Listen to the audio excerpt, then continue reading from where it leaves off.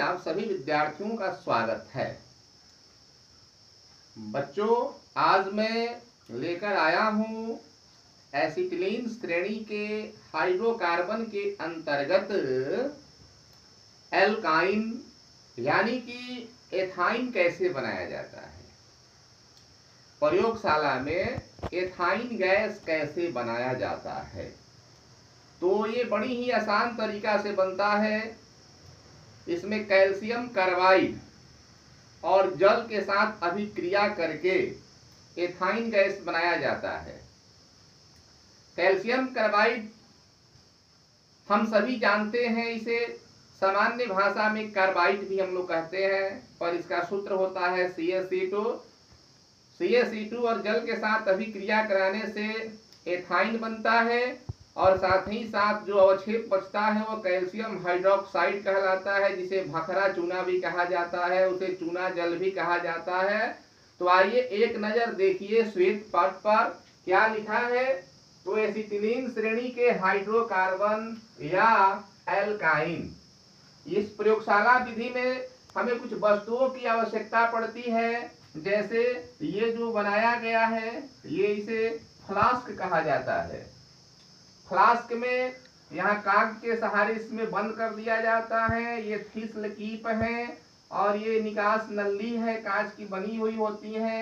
एक नाद में जल भर दिया जाता है, उसमें एक स्टैंड रखा जाता है। उस स्टैंड में कांच नली को लगाकर के ऊपर से इस गैस घट को उलट दिया जाता है जल भर करके।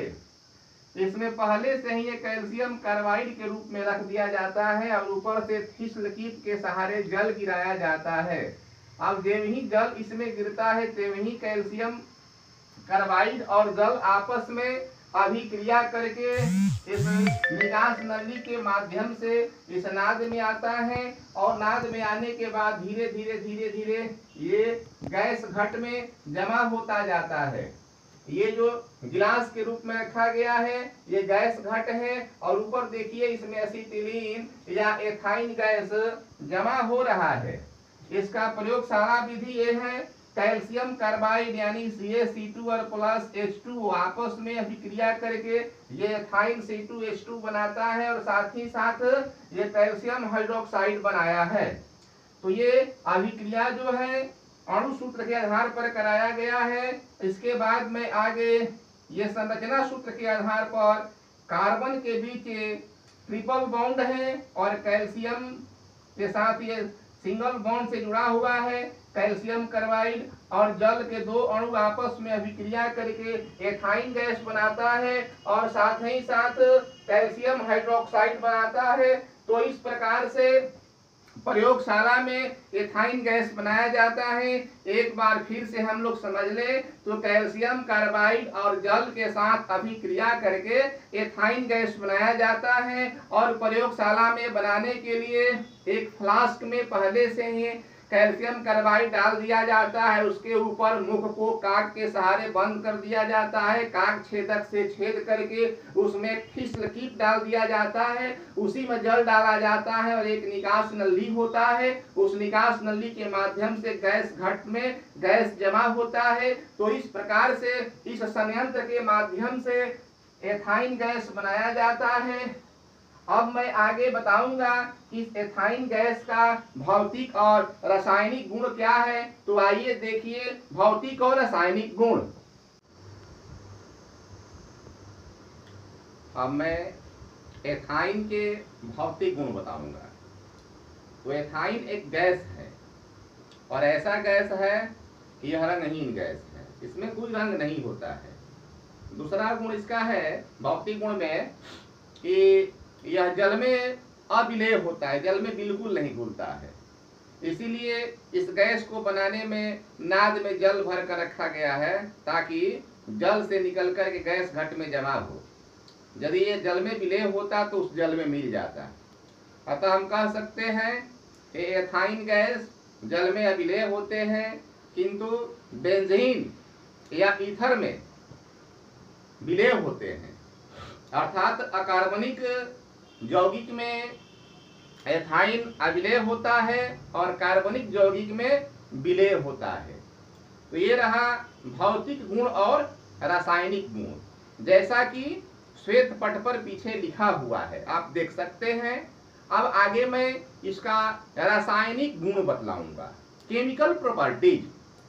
तो सबसे पहले मैं दहन के माध्यम से पता करूंगा कि एथाइन गैस जलता है कि नहीं जलता है। तो दहन यानी कंब्यूशन, जब हम एथाइन गैस को हवा या वायु की उपस्थिति में गर्म करते हैं, जलाते हैं, तो उससे कार्बन डाइऑक्साइड और जल बनता है और साथ ही साथ हीट यानी कि ऊष्मा निकलती है। इसका रिएक्शन इस प्रकार होगा, C2H2 और O2 के बीच यदि हम अभिक्रिया कराते हैं तो CO2 और H2O प्राप्त होगा। जैसा कि यहाँ पर मैंने लिखा है, ये एथाइन का सूत्र है और ये हवा का सूत्र है, ऑक्सीजन है, एयर है। 2C2H2 प्लस 5O2 को यदि हम हीट करते हैं, जलाते हैं, तो ये कार्बन डाइऑक्साइड बनता है, ये जलवाष्प बनता है और साथ ही साथ ऊष्मा यानी कि हीट निकलता है। तो ये रहा दहन के माध्यम से रासायनिक गुण का परिकल्पना।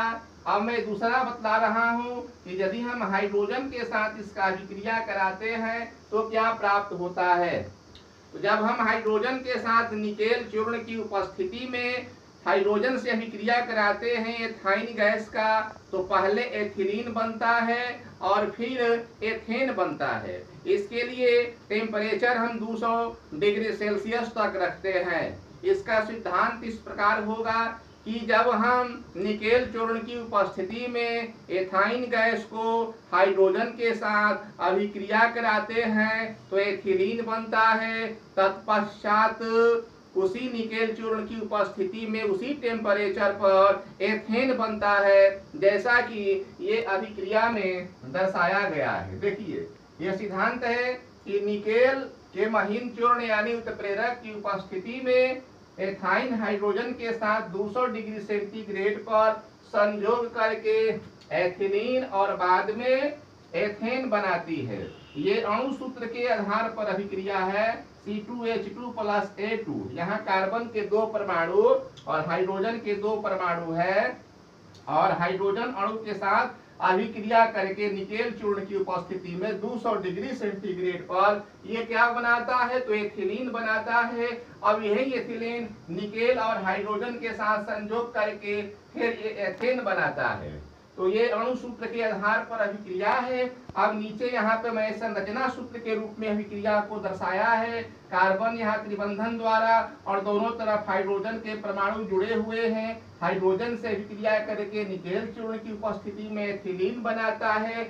एथिलीन एल्कीन श्रेणी के यौगिक है, इसमें डबल बॉन्ड होता है। कार्बन यहाँ 2 परमाणु डबल बॉन्ड से जुड़ा हुआ है और दोनों तरफ हाइड्रोजन के 2 परमाणु सिंगल बॉन्ड से ऐड हैं। अब यही एथिलीन फिर हाइड्रोजन से अभिक्रिया करके निकेल चूर्ण की उपस्थिति में 200 डिग्री सेंटीग्रेड पर ये क्या बनाता है, तो एथेन बनाता है। ये एल्केन श्रेणी का यौगिक है। एल्केन श्रेणी के यौगिक सिंगल बॉन्ड से जुड़े होते हैं। पहले की कक्षाओं में मैंने बतलाया है कि एल्केन, एल्कीन और एल्काइन क्रमशः सिंगल बॉन्ड, डबल बॉन्ड और ट्रिपल बॉन्ड से जुड़ा होता है। जिसमें जो सिंगल बॉन्ड से जुड़ा होता है वो संतृप्त होता है और जो डबल और ट्रिपल बॉन्ड से जुड़ा होता है वो असंतृप्त होता है। यानी एल्केन असंतृप्त हाइड्रोकार्बन है, एल्कीन और एल्काइन असंतृप्त हाइड्रोकार्बन है। तो मैंने 3 दिन क्रमशः कक्षा में पहले दिन मेथेन बनाने के बारे में सिखाया, दूसरे दिन जो मैंने एथिलीन गैस कैसे बनाया जाता है उसके बारे में समझाया और आज तीसरे दिन एसिटिलीन श्रेणी के यौगिक यानी एल्काइन श्रेणी के यौगिक एथाइन के बारे में बतलाया। तो अभी तक से मैंने प्रयोगशाला विधि, भौतिक गुण और रासायनिक गुण के बारे में चर्चा किया और बतलाया। अब मैं आगे इसका क्या उपयोग है तो उपयोग के बारे में बताऊंगा और प्रत्येक दिन की भांति जो मैं आपको होमवर्क देता हूं अब आप बताए तो वो प्रश्न भी मैं दूंगा। तो आइए देखिए उपयोग और अब आप बताएं।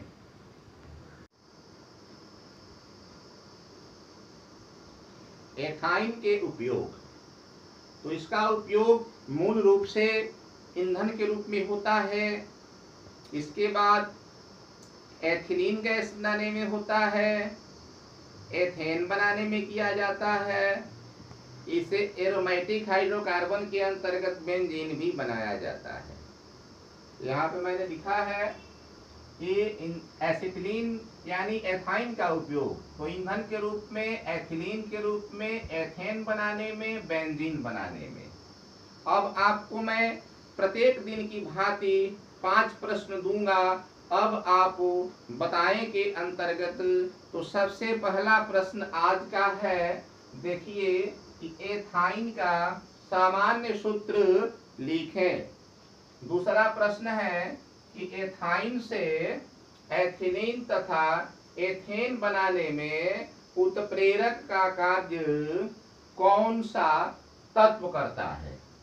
तीसरा प्रश्न है कि एथाइन के भौतिक गुणों को लिखें। चौथा प्रश्न है कि जब हम एसिटिलीन को वायु में जलाते हैं तो क्या होता है। और पांचवा है कि क्या होता है जब CaC2 पर H2O डाला जाता है। तो इस प्रकार से मैंने 5 प्रश्न आप लोगों के समक्ष पेश किया। इसका उत्तर अवश्य देंगे। और आप लोगों तो मैं एक बात कहना चाहता हूँ कि प्रत्येक दिन पढ़ें। नहीं पढ़ने के कारण ही 5 दिन से वीडियो मैं नहीं अपलोड कर रहा था। सोचा कि आज से मैं फिर करूं।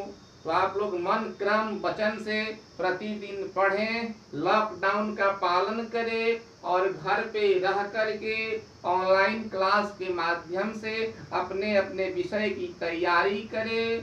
तो बस इसी के साथ मैं आज का कक्षा समाप्त करता हूँ। जय हिंद विद्यार्थियों।